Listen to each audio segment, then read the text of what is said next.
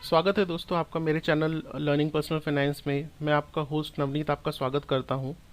दोस्तों, जिस तरह से हमें हमारी लाइफ में अगर कुछ भी अचीव करना है तो उसके लिए हमें रिस्क लेना बहुत ज़रूरी है। उसी तरह से एज अ इन्वेस्टर अगर आप कहीं पे इन्वेस्ट करते हैं तो आपको वहाँ पे भी रिस्क लेना बहुत ही ज़रूरी है, अगर आपको आपके फाइनेंशियल गोल्स अचीव करने हैं तो रिस्क का आपके फाइनेंशियल गोल्स के साथ में, आपके इन्वेस्टमेंट के साथ में क्या रिलेशन है दोस्तों, ये मैं आपको आने वाली स्लाइड्स में बताऊंगा। तो दोस्तों, ये है हमारे आज के टॉपिक्स, जिसमें मैं सबसे पहले आपको इक्विटी फंड्स और डेट फंड्स का के बारे में बताऊंगा। जैसा मैंने आपको पुराने कुछ वीडियोस में ही बताया है, उनका डिफरेंस बताऊंगा, जो बेसिक उनके डिफरेंस है इक्विटी और डेट फंड्स के बीच में वो क्या है। मैंने एक ग्राफिकल रिप्रेजेंटेशन बनाई है इक्विटी और डेट फंड्स का जो रिटर्न्स रहा है कुछ सालों में, लास्ट 10-12 सालों में, उसका कंपैरिजन आपको बताऊंगा। रिस्क का क्या रिलेशन है इन्वेस्टमेंट के साथ में, उसकी एक ग्राफिकल रिप्रेजेंटेशन है मेरे साथ में, वो मैं आपको शो करूंगा। प्लस रिस्क प्रोफाइल, जो एज वाइज आपका रिस्क कैसे डिफर करता है, जैसे जैसे आपका एज बढ़ता है आपका रिस्क टॉलरेंस क्या होना चाहिए, उसके बारे में आपको मैं बताऊंगा। दोस्तों, इक्विटी फंड्स और डेट फंड्स क्या होते हैं? जैसे मैंने आपको पुराने कुछ वीडियोस में बताया था, इक्विटी फंड्स वो होते हैं जहां पे आपका पैसा कंपनी शेयर्स में, कंपनी स्टॉक्स में इन्वेस्ट होता है, जहां पे आपका जो रिटर्न्स होता है वो फ्लक्चुएट हो सकता है, कभी आपको कम रिटर्न्स मिल सकता है, कभी ज़्यादा मिल सकता है, लेकिन वो स्टेबल नहीं रहता है। सिमिलरली जो डेट फंड्स होते हैं वहाँ पे आपका जो रिटर्न्स होता है वो फिक्स्ड रहता है, या फिर उसमें फ्लक्चुएशन बहुत ही कम कम रहता है, और आपका रिस्क भी बहुत ही कम रहता है दोस्तों।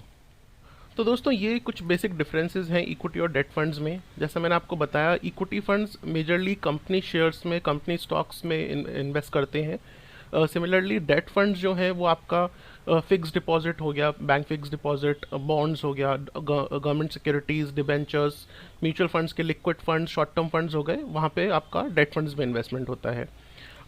जो इक्विटी फंड्स होते हैं वहाँ पे नॉर्मली आपका जो इन्वेस्टमेंट टाइम होराइजन होता है वो लॉन्ग टर्म का होना चाहिए दोस्तों। लॉन्ग टर्म में ही वो आपको बेटर रिटर्न्स प्रोवाइड करते हैं। लेकिन डेट फंड्स जो होते हैं वो आपको शॉर्ट टर्म में भी एक स्टेबल रिटर्न्स दे सकते हैं। जो डेट फंड्स का नॉर्मली जो रिटर्न रहता है वो इन्फ्लेशन को भी बीट कर सकता है।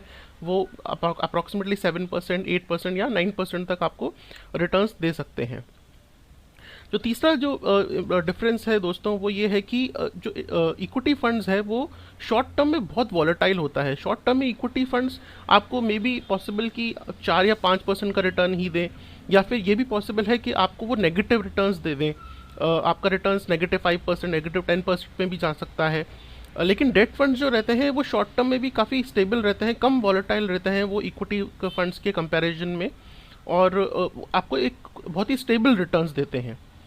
दोस्तों, ये फोर्थ जो डिफरेंस है बहुत ही इंपॉर्टेंट डिफरेंस है, आपको ये पता रहना चाहिए जब भी आप इन्वेस्ट कर रहे हैं कि आपका टैक्सेशन क्या है जब आप इक्विटी या डेट फंड्स में इन्वेस्ट कर रहे हैं।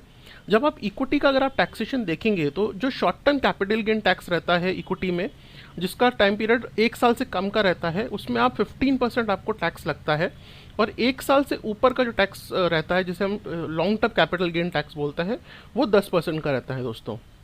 सिमिलरली जो डेट फंड्स का टैक्सेशन रहता है वो 3 साल से कम, short term capital gain tax बोलते हैं, वो आपका टैक्स रहता है मिनिमम 30% का। और जो 3 साल से ऊपर का जो टैक्सेशन रहता है, जिसे हम long term capital gain tax बोलते हैं, वो रहता है मिनिमम 20% से ऊपर का, 20 to 22% का। तो दोस्तों, ओवरऑल कहने का मतलब ये है कि जब आप इक्विटी में इन्वेस्ट करते हैं तब आपको आपका टाइम होराइजन हमेशा लॉन्ग टर्म का रखना पड़ेगा, और जब आप डेट फंड्स में इन्वेस्ट करते हैं तो आप शॉर्ट टर्म के लिए भी इन्वेस्ट कर सकते हैं। लेकिन इन दोनों का कॉम्बिनेशन बहुत इंपॉर्टेंट है दोस्तों। ऐसा कभी भी पॉसिबल नहीं है कि आप थ्रू आउट योर लाइफ आप पूरा आपका एक्सपोजर इक्विटी में रखें, 100% आप इक्विटी में इन्वेस्टेड रहें, या पूरे अपनी लाइफ टाइम पे डेट फंड्स में 100% इन्वेस्टेड रहें। अगर आप इस तरह से करते हैं, अगर आप एक ही इंस्ट्रूमेंट में आपका पूरा इन्वेस्टमेंट हमेशा के लिए रखते हैं, तो कहीं ना कहीं आप अपने इन्वेस्टमेंट गोल से कॉम्प्रोमाइज़ कर रहे हैं, या फिर आप बहुत ज़्यादा रिस्क ले रहे हैं, या आप बिल्कुल भी रिस्क नहीं ले रहे हैं। तो ये चीज़ आपको ध्यान में रखना बहुत ज़रूरी है दोस्तों।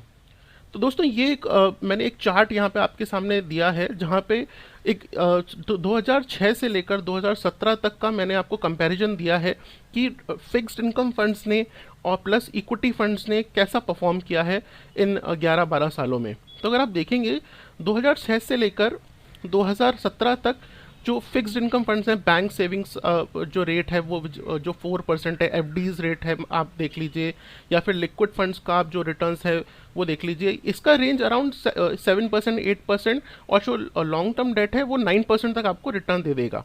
तो जो दैट मीन्स जो डेट फंड्स है, फिक्स इनकम फंड्स जो हैं वो आपको एक स्टेबल रिटर्न दे रहे हैं 7, 8, 9% की रेंज में। आपका जो टाइम होराइजन आप जो भी रखें।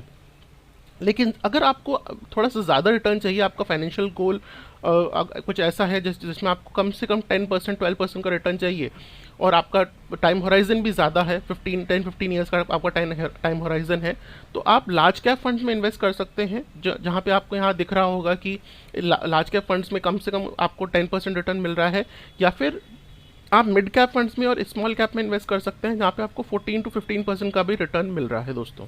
तो दोस्तों जैसा आप यहाँ पे देख रहे हैं, मैंने यहाँ पे जो ग्राफ आपके सामने बनाया है, इसमें जब आपका रिस्क कम है तब आपका रिटर्न भी कम रहेगा दोस्तों, और जब आप रिस्क ज़्यादा लेंगे तो आपका रिटर्न्स भी उससे कंपैरेटिवली ज़्यादा रहेगा।